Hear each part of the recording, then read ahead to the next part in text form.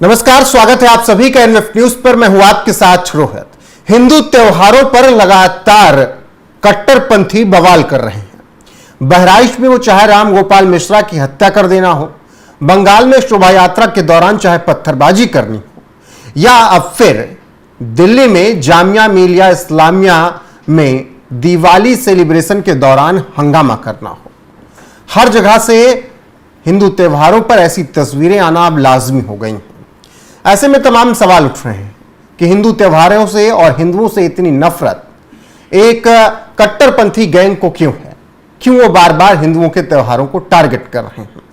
ऐसे में एडवोकेट योगेश अग्रवाल मेरे साथ हैं, उनसे चर्चा करेंगे और जानेंगे कि जामिया मिलिया इस्लामिया हर बार क्यों विवादों में रहता है और हिंदू त्योहारों से इनको दिक्कत क्यों है, क्योंकि जामिया कोई पहली बार ऐसा नहीं है कि जहां पर इस तरीके से कृत्य किया गया हो।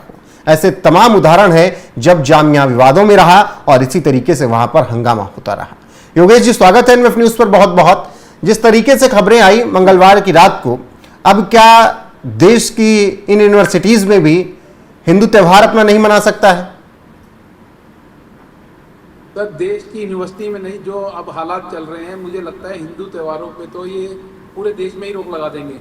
अभी कुछ समय पहले दिल्ली सरकार का आदेश आया कि हिंदू त्योहारों पे दिवाली के पर्व पे पटाखे नहीं जलाने हैं। उन्होंने 1 जनवरी तक पटाखों को बैन कर दिया। और जब केजरीवाल जी जेल से बाहर आए तो उन्हीं के पार्टी के सभी लोग बैठ करके दिवाली मना रहे थे यहाँ पर। उस टाइम इनको त्योहारों की चिंता नहीं थी, उस टाइम पटाखों की दिक्कत नहीं थी, उस टाइम कोई इनको पोल्यूशन नहीं लग रहा था। लेकिन जैसे ही दिवाली का त्योहार आता है, जब हिंदुओं की आस्था का मामला आता है, तो वहां पर इनको लगता है पोल्यूशन हो जाएगा। बकरा ईद पे बकरे काटे जाते हैं, मेन रोड पे खड़े करके बकरे काटे जाते हैं, पूरा खूनम खून कर देते हैं, पूरी रोडों पे से वहां पर खून बहता है, उसमें उनको कोई प्रॉब्लम नहीं होती, कोई पोल्यूशन नहीं नजर आता है। ठीक है, अब जामिया मिलिया के अंदर अगर वहां के जो हिंदू हैं वो अपने त्योहार के ऊपर दीपक जला रहे हैं, रंगोली लगा रहे हैं, देखो इससे शांतिपूर्ण तो कोई तरीका नहीं होता ना त्योहार बनाने का। दीपक ही तो जलाए हैं ना उन्होंने, वहां पर तो कोई ऐसा प्रोसेशन नहीं निकल रहा, कोई नारेबाजी नहीं हो रही, सिंपल वो अपने दीपक जला के बैठे हैं और रंगोली बना रहे हैं वहां पर। उसमें से भी इन कट्टरपंथियों को दिक्कत हो गई है। लेकिन नारेबाजी दूसरी तरफ से हो रही है जी, नारेबाजी उन बवालियों की तरफ से हो रही है, जय फिलिस्तीन बोला जा रहा है। नारेबाजी भी कर रहे हैं फिलिस्तीन को लेकर के। उनको फिलिस्तीनियों की चिंता है, इंडिया में रह रहे हिंदुओं की कोई चिंता नहीं है, यहाँ के त्योहारों से कोई लेना देना नहीं है। जो फिलिस्तीन उनसे इतने किलोमीटर दूर है उसकी उनको चिंता है, वहां फिलिस्तीन में जो हो रहा है उसके बारे में बात करेंगे, उसके लिए नारेबाजी करेंगे। लेकिन हमारे देश में हमारे हिंदू त्योहारों को मनाने से इनकार कर देंगे। अरे क्या समस्या क्या हो गई है? जामिया मिलिया इस्लामिया यूनिवर्सिटी क्या इसी चीजों को सिंबॉलिक बना लिया है क्या इन्होंने? इनका पर्पज ये है कि ये अब धीरे धीरे अब जितने भी हिंदू बहुल इलाके हैं वहां पर भी इनको मनाने से ये मना कर देंगे। अभी तक तो ये मुस्लिम बहुल इलाकों में हो रहा है, जहां पर मुस्लिम बहुल इलाकों में अगर हिंदू वहां पर रह रहा है तो अपने त्योहारों को वो शांतिपूर्ण तरीके से भी नहीं मना सकता। उनको दीपक जलाने को भी मना कर रहे हैं, रंगोली जलाने को भी मना कर रहे हैं, वहां पर फिलिस्तीनियों के नारेबाजी करें। और देखिए किस तरीके से वहां पर पुलिस आती है और अपना बयान देख करके निकल जाती है, वहां पर कोई एक्शन नहीं लिया जा रहा। बिल्कुल, डिपार्टमेंट भी इस तरीके की चीजों को लेकर के कोई एक्शन नहीं ले रहा है। अगर यही मामला उल्टा हुआ, आपने कोई जाकर के मुस्लिम बहुल इलाके में उनके या हिंदू बहुल इलाके में अगर कोई मुस्लिम अपना काम कर रहा होता, अपनी पूजा कर रहा होता, उसको रोका जाता, तो यहाँ पर उनके धर्म के लेकर के उनके ऊपर एफआईआर दर्ज कराई जाती कि हमारे को हमारी धार्मिक पूजा नहीं करनी जा रही है, हमारे को ठेस पहुंची है, इससे इनके खिलाफ कार्रवाई करो। यहाँ क्यों नहीं कार्रवाई हो रही? बिल्कुल, क्यों नहीं कार्रवाई करती पुलिस इनके ऊपर? जो ऐसे लोग हैं जिन्होंने वहां योगेश जी सवाल यह भी उठता है कि देखिए हिंदू त्योहार आता है तो होली पर ज्ञान दिया जाने लगता है कि पानी की बर्बादी है, दिवाली पर ज्ञान दिया जाने लगता है कि प्रदूषण है, और तमाम ऐसे त्योहार जब आते हैं तो करवा चौथ पर किस तरीके से मजाक बनाया जाता है वो हम सबने देखा है। तो और जो व्रत होते हैं उसको भी एक समुदाय इस तरीके से मजाक बनाता है कि जब सुबह और शाम और दोपहर खाना है कुछ ना कुछ, भले फलाहार है, तो ये ऐसा एक ऐसा व्रत। लेकिन जब दूसरी तरफ किसी और पक्ष का आ जाता है त्योहार, जब आप क्रिसमस पर चॉकलेट बांटते हो तब उस पर कोई सवाल नहीं उठाता, उसका मजाक कोई नहीं बनाता है। जब आप क्या कहते हैं बकरा काटते हो तब तो कोई सवाल नहीं उठाता कि भाई जानवरों की जान क्यों ली जा रही है। तो ये हिंदू त्योहारों पर ही पूरा ज्ञान बांटने ये कहां से आ जाते हैं, लेफ्ट गैंग और कट्टरपंथी गैंग? रोहित जी, ये पूरा हमारे देश में एक एजेंडा चल रहा है। ये पूरा एक एजेंडा है और इस एजेंडे के अंतर्गत ये चीजें हो रही हैं। ये ऐसा नहीं है कि ये कोई एक छोटा सा समूह आकर के इसलिए ये यूनिवर्सिटी का एक छोटा सा छात्रों का एक समूह आता है, वो फिलिस्तीन का नारा लगा रहे हैं। ये पीछे से एक एजेंडा चल रहा है और इस एजेंडे के तहत ये काम हो रहा है।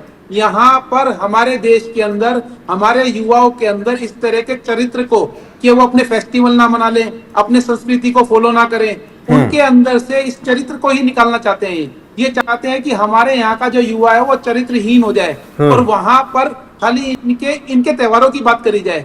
अरे जब तुम अपने त्योहारों पे जानवरों को मारते हो तो वहां पर ब्रुटैलिटी नहीं नजर आती है, लेकिन इनको दिए जलाने में समस्या होती है। होली पे पानी की बर्बादी नजर आती है इनको।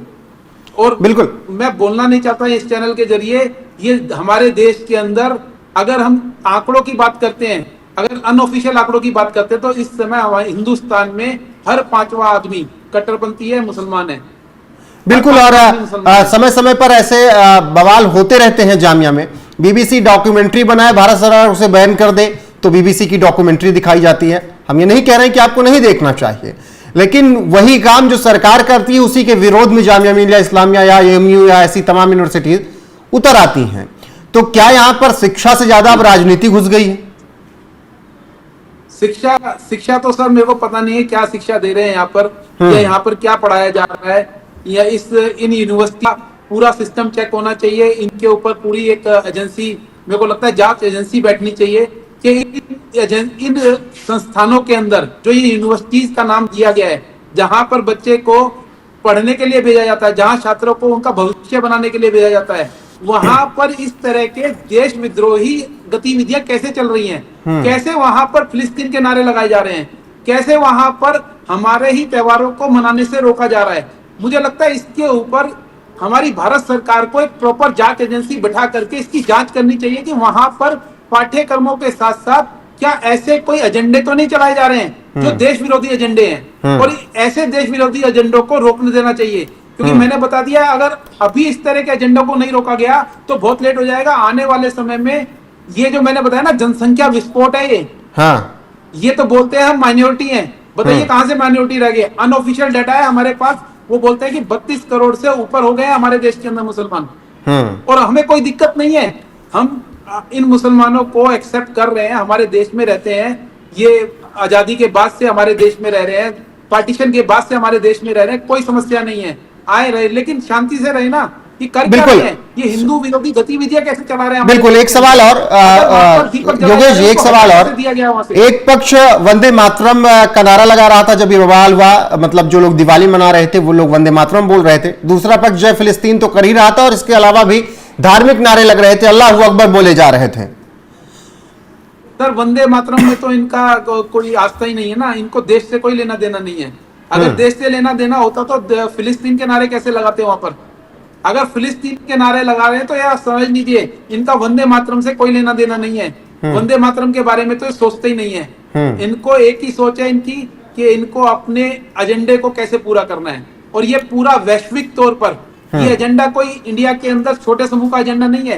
ये वैश्विक तौर पे एक एजेंडा चल रहा है जो पूरे संसार के अंदर चल रहा है और उसको टारगेट करा जा रहा है। अब आज की डेट में हिंदुस्तान के अंदर ये काम बहुत ही तरीके से, बहुत सिस्टमेटिक तरीके से चल रहा है। सेक्युलरिज्म के नाम पे बहुत सारे हिंदू नेता हैं जो इनको सपोर्ट करते हैं, बहुत सारी पार्टीज हैं जो इनको सपोर्ट करती हैं और इनकी हिम्मत को बढ़ाती है।